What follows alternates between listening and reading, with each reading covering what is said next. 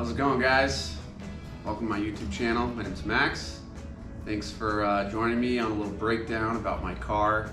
It's a 2002 BMW 330 Ci, E46 BMW, common name to the community. It's a dedicated drift build, kind of. It's a street car capable drift build. So today I'm going to go over everything that I've done on it. Alright, so basic breakdown of the car. Pretty clean car. I picked it up from Vegas a couple years ago. Still running stock wheels, nothing too fancy. Body's really clean. It's almost a shame to put it through the abuse of drifting, but we'll start at the front, work our way back with the aero latch, hood pins, add some horsepower, start the intake, work our way around. Stock intake, super fancy. Replace the boots, typical stuff on these. Typical BMW failure points are the intake boots, so that was replaced. The DISA valve right here, that's under this, goes in there. I did the aluminum flapper valve upgrade. Common failure point, those valves like to fail, so I wanted to get rid of that. Got rid of the cabin air filter, just less weight, you know, kind of zip tied all my cables and stuff. Not the prettiest thing. Did the header swap. Good old eBay headers. Wrapped. Keep the heat down. If you are not an experienced welder, or have a welder I should say, I wouldn't suggest doing the eBay header route. I had some problems getting the O2 bungs to fit perfectly. I ended up having to fabricate 2 new O2 bungs to get them in the right position so I could actually use them. And it's just a I have it basically set up like an OBD1. It's just pre-cat sensors. Since there's no cat, I delete that in the computer, so no codes for me. Next up is the electric over hydraulic power steering pump. As you can see, kind of a rudimentary bracket, but this is out of a Volvo, I think an E90 Volvo. And I did this just because common failure item for these cars is a power steering pump. And you can see as we go around, the lines are kind of routed. One's going down through this headlight area and comes down to the cooler.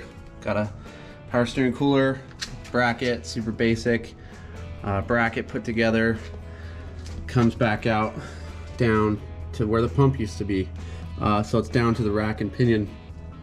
And you can see I deleted the power steering pump, so I don't need the reservoir anymore. And it's hard to see, but I ended up finding a belt that was shorter, and I got rid of that extra rotating mass. I am running an electric fan, not the most popular for these cars.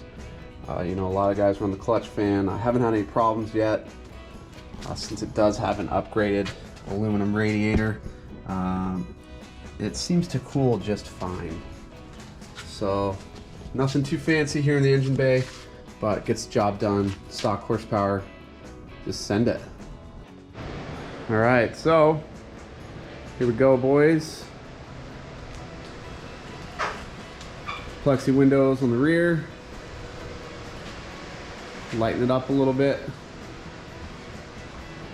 Got the lightweight door cards. These are by Hard Motorsport. Super lightweight, a little expensive, but you know, they look really nice. Nice little finishing details. That's what I'm about with this car. Basic door bars for the cage. My aluminum floor pans. Whenever I get a passenger seat in here, that's the plan. This battery box is gonna get moved. You know, I thought it was a good idea to put it here, but I think I was just being lazy and I end up moving it back towards the back of the car, probably right there over the axle. The cage work, it's all done by me. Turned out pretty nice, pretty tight on my gaps here. I tried to get as tight as possible, which ended up being a lot more work for me in the end. You can see how tight I got everything. The big thing too, cage work, nobody wants to tell you how they get it done, but right here there's a little pedestal for the main hoop, the B hoop. And what I did is I welded a plate in, base plate around here, and then what I did is I drilled a hole. I drilled a 2-inch hole through that base plate, through the sheet metal of the car, and then I made another plate that slid over that hole and mocked up my hoop. So then when I was ready to do all of my top welding, to get all these upper joints and stuff welded, what I had to do was drop the cage down. And so the cage is pretty tight, and what I did is I took a ratchet strap and I put it against around that B pillar and that B pillar, or the hoop, squeezed it in, dropped it down through that hole that I had made on both sides, and got it low enough to be able to do my welding. And this is a halo design, and I could have got it tighter, I think, if I would have brought it up higher on the roof line. It would have gave me a little bit more helmet clearance, but I'm okay on helmet clearance right now. And you know, you can see it's pretty tight up on the body, along the A pillar, down into the dash, and I would have brought it forward, a lot more forward too, but it turned out okay. And then I made these pedestals out of plate, and you can see, hopefully, there we go. I just made those pedestals, and what I did with those were welded up, and then they were tack welded here on the door frame. And then when I was ready to drop the cage, I just knocked those out of place with the hammer, and then that was able to I was able to get all my top welding stuff done. So huge pain in the ass. If you can afford to have somebody else do it, I would suggest you do. But if you're really gung-ho, I've never built a cage before, and this one turned out okay. You know, I did the fancy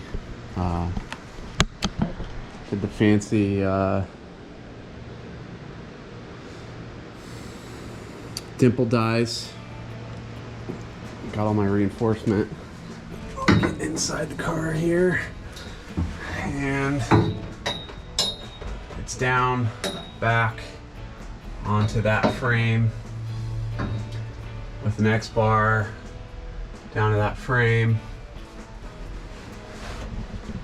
And my harness bar, you can see I have two, because I made a mistake before I decided to put the seat in regularly without this new mounting system I have. And I wasn't laid back far enough, and what happened was my head was hitting this halo bar a lot. Like, I couldn't even drive the car, my head would hit. So I had to drop the seat and lean it back to get enough head clearance, which it's actually way more comfortable this way. The seat's laid back, it's super comfortable, really nice driving position. And so with that being said, to get the right angle on my harness, I had to refab another harness bar and just weld it in. So I'm gonna have to do the same thing over here for my passenger seat, which is on the way, and hopefully it'll be done before the next event here at the end of July. And so I'll have to make another bar to put in there also. So move on back to the back here and talk about what I did back here. So what I got going on is I have true coilovers, which I'll show you in a little bit, for the rear. Problem with true coilovers is the strut tops can't handle that force. So what I had to do is I made a top plate, and it does match the angle of the factory, the tower. So it's slightly angled down inboard of the car. And then what I used, I'm pretty proud of figuring this out, is I used a big piece of tube to create my reinforcement plating for this. So I made clearance for the sheet metal and stuff, and then just totally seam welded everything in. And that's my strut reinforcement brace. Goes strut to strut, and it's actually bolted to my subframe. So I've got a through bolt down through the subframe that connects to, and that double reinforces the reinforcement I already have. So it's super strong. You can see kind of the rest of the cage. It's not completely tied in, but I've got it plated there. Got my plating there, and that's the rear end of the car. Let's move on over here to the driver, and you can see I've got some garagistic plates for my seat to make a kit for the E46, and then it fits really nice, the seat bracket, and running Corbeau seats, pretty comfortable. Make sure you don't eat too many Twinkies before you get into one of these FX Pros if you're a little bit heftier of a guy. I'm 5'9", 210, and needless to say, if I eat a couple too many In-N-Out burgers before getting in the seat, it's not pretty. It's I gotta smash my body into that thing and strap it. All right, so part of the cage is cutting the dash out. Like I said, I didn't run the cage far enough forward, and I'm using the factory dash bar. So what happened is this vent just had to be gone. And I made this plate, and this is for my OBD2 port, so I can load tunes easier than reaching down underneath. Obviously that's gone. And what I did for my headlight control is you can actually remove it from the big unit, and it's got a little like a pigtail off of it that goes up to the headlight control. So what I did is I made a spot to mount that in this piece of aluminum, and then I just zip tied this down to my cage, and there you go. It works. If it works, it works. Typical pedal issues. Had a friend of mine jump in the car because I was like, oh, you gotta check it out. And when he went to reposition himself, the pedal decided to depart from the hinge. So that's a $1.99 hinge from a local hardware store. And yes, folks, it's zip tied in place, but if it works, it works. eBay handbrake with the eBay Master works really well. I haven't had problems. It's a 0.7 mil Master, so it's 3/4, which is pretty standard, I believe. And then I'm running a solid mount shifter, big boy there. Gets the job done. I really like it. It's got a good feel. It's adjustable, so you can really adjust the throw. It doesn't have the fancy reverse lockout, but if you just don't do dumb shit, it's not gonna be a problem. I've got lightweight aluminum steering wheel with a NRG quick release. Works really nice. Feels really nice. I'll show you the other steering wheel I had for it before It wasn't big like this. It was a karting steering wheel, but it was the same 3-spoke design. And safety first, safety third, depending on who you talk to. Quick release fire extinguisher. It's really nice. And my glove box, tool bag from Home Depot. It's got all my registration stuff in there. You just throw it in place. I do have working air conditioning, so comfort is a factor here in California. It works, and you know, if you don't have AC and you're trying to say you don't need it, well, you just haven't gotten old enough yet. Something else I forgot to talk about, even though I already talked about it, was my electric over hydraulic power steering.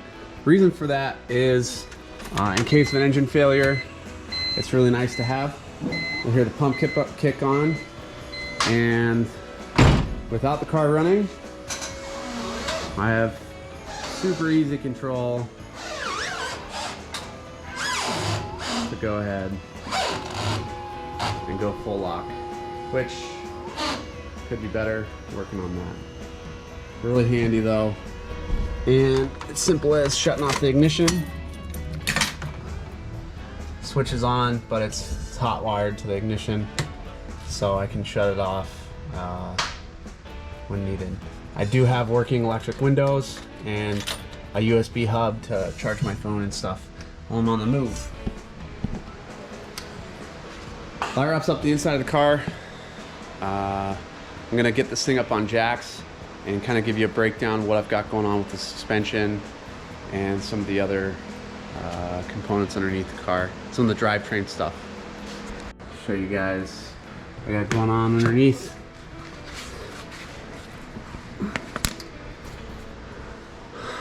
So what we're looking at here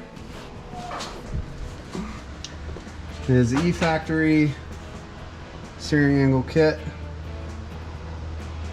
and it's been pretty good so far. No complaints quite yet. Gets the job done. Half of what SLR kit is, and some people call it a budget SLR ripoff, but it does the job. I'm running a white line front sway bar, and it's hooked up like an E46 onto the actual control arms, so it's been pretty good. Something else I forgot to mention about the engine is I did a oil pump upgrade. Seems Legit Garage makes a upgraded oil pump 4-bolt. It will not come off when you're at high rev. It gets rid of that issue with the harmonic failure point of the oil pump. So I would highly recommend it if you have an E46 and you're worried about that. That's the way to go. I've also got a baffle in the oil pan, a weld-in baffle. This is another Seems Legit Garage solution for the Guibo failure point. I wanted to overbuild this car, even though it's factory horsepower, because I didn't want an issue with having to replace those, and it got a custom driveline hooked up to it. So you can kind of see the bottom of the short shifter, the adjustable shifter there, solid mount, and then the driveline is in fact a one-piece unit, and it's 3.5. If I did it again, I'd go 3-inch, because 3.5's a little too big. I went 3.5 because in case I want to do an upgrade to the power, I want to make sure that that's not an issue moving forward. So there's some method behind the madness. So exhaust, I did the muffler delete, good old-fashioned muffler delete, and these are just 2 resonators welded in.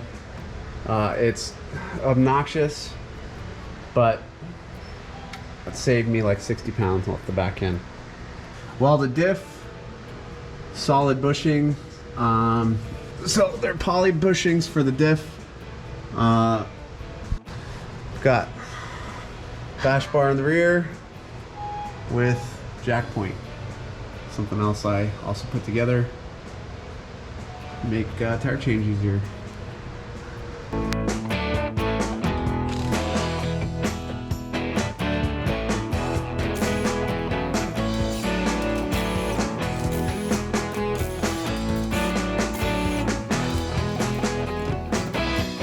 Here's the rear.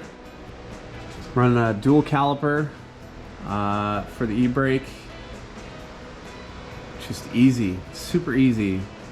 You know, I know it's not the most budget friendly, but I didn't want to have to deal with tapping into my brake lines and any of that. So dual caliper, locks up really nice. Gives you a better, here's a better look at my true coilover suspension. It works really nice. I'm not running a rear sway bar. It's all being handled by this spring setup. So I think they're 1200K rear. Don't quote me on that. I'll have to look up the specs and get back to you guys. There's a better shot of my subframe reinforcement and bushing, and you can see it's just body epoxy, and it's basically glued to the structure, and it's got more coverage. So even though, you know, a weld might have more pounds per square inch force that it's able to hold, this has more coverage, so it's actually better. It's more bonded to the unibody of the car, and it should be stronger. I don't anticipate any problems. You can get a good look at the upper and lower control arms here. You can see it's designed for a rear sway bar, and it's also got, you know, room to clear the factory spring mount. But I'm not a low boy, so I'm not running a super low car. It's pretty mild. Check all that out. It's the exhaust and the front. The trailing arm bushing is just a 90A poly. Gets the job done. I am hearing when I do like high-speed entries. The one time I was at the track with the car so far, I'm hearing some knocking on the back end, and I think it's the bushings moving. So those are going to get replaced with an actual solid bearing style bushing. So there's no movement in the rear. I don't want any problems with alignment. So that should be fixed eventually whenever anything ever comes back in stock, since you know, drifting's blown up so big, it's really hard to find parts sometimes. So, you know, it is what it is.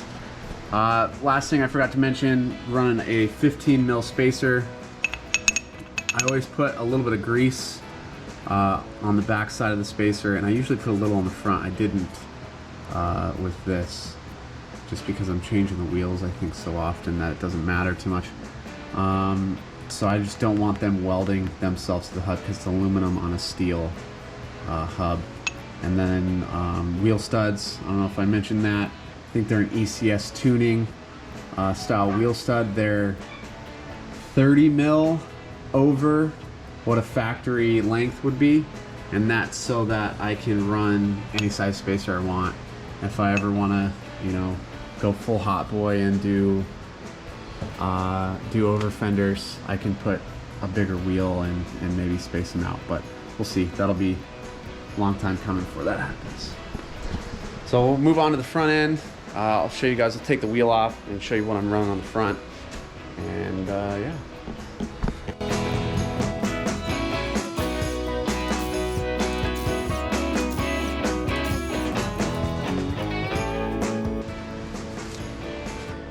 Front end, running stud kit, obviously.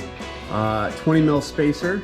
I did that because I was rubbing when I was doing my testing at full lock. So I just wanted to get rid of that as an issue. So 20 mil spacer gives me what I need. And then you can see the K-Sport coilover setup. Steel lines, steel braided brake lines all the way around. Gets the job done. So super basic front end, nothing too fancy, not a lot to talk about. So there we go. All right guys, well, that's the breakdown of the car. Some other stuff that I could talk about, go over, but it's pretty self-explanatory. All right, well, thanks for watching. Don't forget to like the video and subscribe. Hopefully there'll be some more content coming soon. It's just a matter of getting these videos done. All right guys, take it easy.